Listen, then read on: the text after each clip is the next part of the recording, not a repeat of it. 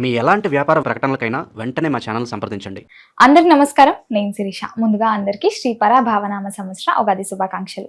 ప్రస్తుతం మనతో పాటు ఉన్నారు ప్రముఖ ఆధ్యాత్మికవేత్త, జ్యోతిష్య పండితులు బ్రహ్మశ్రీ చేబిఎం కిరణ్ శర్మ గారు. గురుగారితో మాట్లాడతాం. నమస్కారం గురుగారు. అఖండ లక్ష్మీ ప్రాప్తిరస్తు. గురుగారు, ముందుగా మీకు కూడా ఉగాది శుభాకాంక్షలు అండి. ధన్యవాదాలు. శ్రీ పరాభవనామ సంవత్సరంలో మీకు అష్టైశ్వర్య ప్రాప్తి పొందాలని, మన ప్రేక్షకులు కూడా అఖండమైనటువంటి ఆనంద యోగం కలగాలని మనస్ఫూర్తిగా కోరుకుంటూ శుభమస్తు. గురుగారు, ద్వాదశ రాశిలో అయిన మేష రాశి వారికి ఈ సంవత్సరం ఎలా ఉండబోతుందంటారు ఉగాది నుంచి? అలాగే చూసుకుంటే నవగ్రహాల ప్రభావం ఎలా ఉంటుందంటారు ఈ రాశి వారికి? ఒకటి మంచి ప్రశ్న. అంటే ఇంతకుముందు ఎవరు కూడా ఇటువంటి ప్రశ్న అడగలేదు. నవగ్రహాల ప్రభావం ఎలా ఉంటుంది, మంచి మాట అడిగారు మీరు. గ్రహాలను బేస్ చేసుకుని తప్పకుండా. అవును, ఎందుకంటే అది వాస్తవం. ఎందుకంటే ఆ కొంత పరిజ్ఞానం అనేది చాలా ఇంపార్టెంట్. ఆ పరిజ్ఞానం అనేది చాలా ఇంపార్టెంట్. అయితే చాలా మంది అడిగేది ఏంటంటే నవగ్రహాల యొక్క ప్రభావంలో 4 గ్రహాలు ఇంపార్టెంట్. ఇక్కడ గోచార ఫలితాలకి, అంటే ఏ సంవత్సరం అయినా సరే ఆ సంవత్సరంలో గోచార ఫలితాలు అనేవి క్రోధినామ సంవత్సరం కానీ, విశ్వావసనామ సంవత్సరం కానీ, రేపు రాబోతున్నటువంటి ప్లవనామ సంవత్సరం కానీ, ఇప్పుడు జరగబోతున్నటువంటి పరాభవం కానీ, ఇవన్నీ కూడా మనకి ఎట్లా ఉంటాయంటే 4 గ్రహాలు బేస్ చేసుకొని చెప్తారు. మేమందరం ఎవరైనా సరే ఏమిటవి? శని. ఎవ్రీ ఇయర్ శని మారతాడా? ఒక సంవత్సరం మారుతాడు, ఒక 2 ఏళ్ళు మారాడు ఆయన. తర్వాత గురుడు, తర్వాత రాహు, తర్వాత కేతు. ఈ 4 గ్రహాలే దీర్ఘ సంచారం, అంటే లెంత్ జర్నీ. లెంత్ ఎక్కువ ఉంటుంది ఆ జర్నీకి. అంటే సంవత్సరాల పాటు ఒక గ్రహం, సంవత్సరం పాటు ఒక గ్రహం, అతిచారము అన్నట్టుగా, అంటే ఒక రకమైనటువంటి ఎక్స్ట్రీమ్ జర్నీ అంటారు దాన్ని. ఈసారి మనకు అదే ఉంది. ఈసారి కన్ఫ్యూజ్డ్ ఫలితాలు ఎందుకు వచ్చాయంటే అందరికీ చాలా మంది కన్ఫ్యూజ్ అవుతున్నారు. అంటే కొత్తగా వచ్చినటువంటి మొలకెత్తున్నటువంటి జ్యోతిష పండితులందరూ కూడా కొద్దిగా కన్ఫ్యూజ్ అవుతున్నారు. వాళ్ళకి అత్యాచారం ఉంది లేదు. ఏమైనా గురుడు కర్కాటకంలోకి వస్తున్నాడు, రైట్, ఓకే, కర్కాటక గురుడు వచ్చే స్థితి బాగా చెప్పొచ్చు. మరి నెక్స్ట్ ఆయన సింహంలో కూడా వెళ్తున్నాడుగా 3 నెలలు. అది చాలా మందికి ఆ విషయాన్ని తెలుసుకోలేకపోతున్నారు కొంతమంది. అంటే అందుకే కొత్తగా మొలకెత్తుతున్నటువంటి జ్యోతిష పండితులు అనేటువంటి వ్యక్తులు కొంతమంది ఉంటారు. అంటే సోషల్ మీడియా పెరిగింది కదమ్మా, ఎవరే చెప్తే అది నడిచిపోతుంది, దాంట్లో అందరితో పాటు కిరణ్ శర్మ అయితే నడిపోతున్నటువంటి భావనకు వచ్చేసారు. బట్ ఒక అఫీషియల్ అస్ట్రాలజికల్ ఇన్ఫర్మేషన్ అనేది వెరీ ఇంపార్టెంట్. దానికి ప్రామాణికం ఉంటుంది. కాబట్టి ఇక్కడ మనం ఒకరిని ఎవరిని విమర్శించట్లేదు, కానీ అందరూ చదువుకున్న వాళ్ళే నాకంటే గొప్ప వాళ్ళే అనే భావంతో చెప్తాం మనం. అయితే నేనేమంటానంటే దొంగ జ్యోతిష్కుల మాటలను అవసరంగా నమ్మి కంగారు పడకండి. ఎందుకంటే 10 మంది మంచి వాళ్ళు ఉంటే 90 మంది చెడ్డ వాళ్ళు ఎక్కువ ఉన్నారు, దొంగలే ఉన్నారు. సమాజంలో అందరూ అట్లా, అన్ని చోట్ల అట్లా ఉన్నారు. Even the professors and what ever doctors, engineers, what ever. Because ఏంటంటే మన విద్యా వ్యవస్థ అలా ఉంది. మన విద్యా వ్యవస్థలో నా భాషలోనే నేను పరీక్ష రాస్తాను. పేపర్ దిద్దేవాడికి నీ భాష అర్థం కావద్దు. పేపర్ దిద్దేవాడికి నీ భాష అర్థమైతే కదా వాడు నువ్వు కరెక్ట్ రాసి వెళ్ళడానికి. వాడు ఏమంటాడు, వాడికి తెలిసిన భాషకుడు వాడిని పెట్టుకుంటాడు. వాడు ఏమంటాడు, వీడు ఫెయిల్ అయినా సరే వీడు ఫస్ట్ ర్యాంక్లో వద్దని చెప్పేసి వాడిని వైద్యుడినో ఇంజనీర్ చేస్తే రేపు మనం కట్టేటువంటి బ్రిడ్జిలు, రిజర్వాయర్లన్నీ కూడా కూలిపోయి మనం ప్రమాదం పడాల్సి వస్తుంది. ఆ విషయం అలాంటివి చాలా చోట్ల జరుగుతున్నాయి. అంటే ప్రామాణికమైన విద్య, అంటే ఒక నిర్దిష్టమైనటువంటి విద్యా ప్రమాణం కావాలి. సరే, జ్యోతిష్యం నుంచి ఎక్కడికి వెళ్తున్నాం మనం, కాబట్టి మళ్ళీ మనం వెనక్కి వచ్చేద్దాం. పరాభవనామ సంవత్సరంలో ఉన్నటువంటి నవగ్రహాల యొక్క పరిశీలన అనేటువంటి మాట దగ్గర గురుడు, శని, రాహు, కేతుల యొక్క ప్రభావాన్ని చూసి చెప్పాలి. ఈ సంవత్సరం శని భగవానుడు మీనంలోనే ఉంటాడు కూడా. ఆయన మీనరాశిలో సంచారం చేస్తాడు. తర్వాత మనకి ఈ యొక్క గురుడు వచ్చేసి మనకి కర్కాటకంలోకి రేపు జూన్ 2 నుంచి ప్రవేశం చేస్తాడు. తర్వాత అక్టోబర్ 2 తర్వాత, అంటే నవంబర్ 1 నుంచి మీకు సింహరాశిలో చరణం అయింది, అంటే ఆయన ప్రయాణం. మళ్ళీ 3 నెలల తర్వాత మళ్ళీ కర్కాటకంలోకి వచ్చేస్తాడు. దీన్ని అతిచారం అంటారు. అతి అంటే ముందుకు వెళ్ళడం, ఎక్స్ట్రీమ్. ఆయన యాక్చువల్ ఒకటే రాశిలోకి వెళ్ళాలి. ఈసారి ఆయనకి కొద్దిగా లాంగ్ జంప్ చేస్తున్నాడు ఆయన, దానివల్ల సింహంలో కూడా వెళ్తున్నాడు. అప్పుడు మనకు కొన్ని మాసాల్లో కొన్ని నెగిటివ్ ఫలితాలు ఎక్కువ మందికి ఉన్నాయి. కొన్ని రాష్ట్రాల వరకు చాలా ఎక్స్ట్రీమ్ నెగిటివ్ ఉంది, కొంతమంది ఎక్స్ట్రీమ్ సూపర్గా ఉంది. ఆ 3 నెలలు 5 నెలలు మాత్రమే.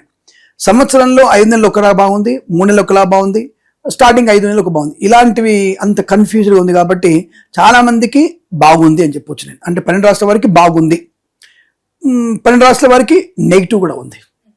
దాంట్లో కొన్ని రాష్ట్రాలు 2-3 రాష్ట్రాల వరకు మాత్రం చాలా సూపర్ ఫలితాలు ఎక్కువగా వచ్చాయనే విషయం చెప్పొచ్చు మనం.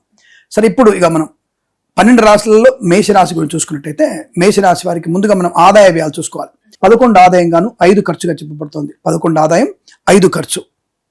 అలాగే 2 గౌరవం అంటే రాజపూజ్యం ఉంటే, 4 అవమానం ఉంది. అంటే ఇప్పుడు నేను ఒక కిరణ్ శర్మ అనేటువంటి నేను చెప్పేటువంటి ఫలితాలు ఏంటంటే ఆదాయ వ్యయాలని బట్టి నేను ఎప్పుడు చెప్పాను. సంఘంలో మీకున్నటువంటి గౌరవమే మీకు అభివృద్ధినిస్తుంది. ఒక బయటికి వెళ్ళామంటే ఈ వ్యక్తికి మనం సపోర్ట్ చేయొచ్చు, ఈ వ్యక్తి సపోర్ట్ తీసుకోవచ్చు, ఈ వ్యక్తి మనం ఈ నమ్మకం రావాలి. ఇప్పుడు మీరు ఎక్కడి నుంచి ఇక్కడ దాకా వచ్చారు, సో మిమ్మల్ని చూడగానే నేను అరే అమ్మాయికి ఫలితాలు చెప్పాలి అనేటువంటి భావన రావాలి. మీరున్నటువంటి వేషధారణతో ఇదే మీరు వచ్చినటువంటి పద్ధతిలో ఒక మోడర్న్ డ్రెస్గా వచ్చారు సపోజ్ అనుకుందాం, ఒక టైట్ జీన్స్ వేసుకొని టైట్ టీషర్ట్ వేసుకొని కొంత చూడడానికి కొద్దిగా ఇబ్బందికరంగా ఎబ్బెట్టుగా ఉన్నారు. ఈ ఫలితాలు చెప్పడానికి కొద్దిగా ఇబ్బందికరంగా ఉంటుంది మాకు. We not feel better. అరే ఈ అమ్మాయి ఉగాది ఫలితాలు అడుగుతోంది, వచ్చిన ఇట్లా వచ్చింది అనేటువంటి ఫీలింగ్ ఉంటుంది. దాన్ని గౌరవం అంటారు. ఒక వ్యక్తి మీద ఏర్పడేటువంటి అభిమానము, ప్రేమనే గౌరవం. అంటే అభిమానం ప్రేమకు మించింది గౌరవం. ఈ గౌరవం దక్కించుకునేటువంటి వ్యక్తులు ప్రతి ఒక్కళ్ళని ఇంకా రే అమ్మాయి చాలా లక్ష్మీదేవిలా ఉంది, బాగా చెప్పొచ్చు, ఇంకా కొన్ని విషయాలు చెప్తాం. అమ్మాయి ప్రశ్న అడుగుతుంది. ఈ నవగ్రహాల ఫలితం చెప్పినప్పుడే ఒక అరే మంచి ఇంప్రెషన్ ఏర్పడుతుంది. ఆ ఇంప్రెషన్ అనడానికి మాట కూడా మంచిగా ఉండదు. మాట వల్ల గౌరవం, రూపం వల్ల గౌరవం, బుద్ధి వల్ల గౌరవం. మీరు వచ్చినప్పుడు ఏదైనా ఒక అవతల వ్యక్తికి ఇచ్చేటువంటి రెస్పెక్ట్ని, గౌరవాన్ని సూచిస్తుంది. ఇవన్నీ కూడా గౌరవంతోనే మీకు వచ్చేస్తాయి. ఇలా మీరు ఒక మంచి వ్యక్తిగా నా దగ్గరికి వచ్చినప్పుడు ఆ పలాని శిరీష అమ్మాయి ఉందబ్బా, అమ్మాయి అయితే మీకు కరెక్ట్గా ఉంటుంది, అల్లు అర్జున్ సినిమాకి అమ్మాయిని యాంకర్ పెట్టుకోండి చాలా బాగుంటుంది అని నా మాట విని చెప్పినప్పుడు, ఆ స్టేజ్ మీద మీరు యాంకరింగ్ చేస్తున్నప్పుడు మీకు వచ్చేటువంటి ఎకనామికల్ గ్రోత్, అప్పుడు మీకు ఎకనామిక్ గ్రోత్ ఖచ్చితంగా ఉంటుంది. ఇక్కడేదో మళ్ళీ మీరు కామెంట్ చేయకండి, శిరీషను కాకపడుతుందని చెప్పి అనుకోకండి. ఒక పద్ధతి, ఒక వ్యక్తి యొక్క లక్షణం గురించి ఇలా గౌరవం వల్ల ఆర్థికమైనటువంటి అభివృద్ధి ఉంటుంది చెప్పడం నా ఉద్దేశం. సో అక్కడ శిరీష కావచ్చు, మహాలక్ష్మి కావచ్చు, ధనలక్ష్మి కావచ్చు, ఎవరైనా కావచ్చు, అలాంటి ప్రభావం ఎక్కువ ఉంటుంది. అందుకని గౌరవం అనేది మనిషికి చాలా ఇంపార్టెంట్. ఈ విషయాన్ని గమనించుకొని గౌరవ అవమానాన్ని బట్టి నేను ఫలితాలు ఎక్కువ చెప్తాను కనుక దాన్ని ఫాలో అవ్వండి. ఆదాయ వ్యయాల్ని ఎక్కువ లెక్కలోకి తీసుకోకండి, పక్కన పెట్టేసుకోండి. గౌరవం ఉంటే ఆటోమేటిక్ డబ్బులు వచ్చేస్తాయి. డబ్బులు వచ్చిన తర్వాత ఆటోమేటిక్ ఖర్చు అవుతుంది. ఇప్పుడు వచ్చిన ₹1,00,000 అలాగే పెట్టుకోగా, ₹1,00,000 50,000 ఖర్చు పెట్టి, 70,000 ఖర్చు పెట్టి ఒక ఇల్లు బంగారమో లేదా కొనుక్కుంటాంగా. కాబట్టి ఖర్చు ఎలాగ అవుతుంది? ఆదాయం ఖర్చు రెండు ఈక్వల్ ఉంటుంది. కానీ గౌరవం వచ్చిన తర్వాత అవమానించడానికి, అవమానం పొందడానికి భయపడతాం మనం. కాబట్టి గౌరవమే ప్రధానమైనది నేను చెప్పే ఫలితాల్లో. ఇది మీరు ముందుగా గమని పెట్టుకొని గ్రహ సంచారాలు తెలుసుకొని ఇప్పుడు మనం మేషరాశి ఫలితాలకు వెళ్దాం. ఇక్కడ మేషరాశి వారికి ఆదాయం ఎక్కువ, ఖర్చు తక్కువ ఉన్నా, రాజపూజ్యం అనేది 2గా ఉంటూ అగౌరవం అనేది 4 ఉంది. కాబట్టి కొంత ఈ సంవత్సరంలో నోరు కంట్రోల్ చేసుకొని ఉండాలి. టోటల్ కంట్రోల్ చేసుకొని ప్రయత్నం చేయాలి. తినే విషయంలో కానీ మాట్లాడే విషయంలో కూడా జాగ్రత్తగా ఉండాలి. ఇప్పుడు మేషరాశి వారికి ప్రస్తుతం గోచార గురు సంచారం వచ్చేసి మిథున సంచారం జరుగుతుంది. అంటే మిథునంలో గురుడు ఉన్నాడు. ఈ మిథున గురుడు వల్ల ఏమిటంటే చిన్న వ్యవహారాలకి, చిన్న స్నేహితాలతో చిన్న ప్రయాణాలు, అలసటకి కారణం ఎక్కువ అవుతుంటుంది. ఇక గురువు వచ్చేసి మనకి 4వ స్థానానికి వెళ్ళినప్పుడు గృహయోగం, ధనలాభం, ఆనందం, ఆరోగ్యం, ఐశ్వర్యం, విద్యాలాభం, ఉద్యోగలాభం, బంధులాభం ఉంటుంది.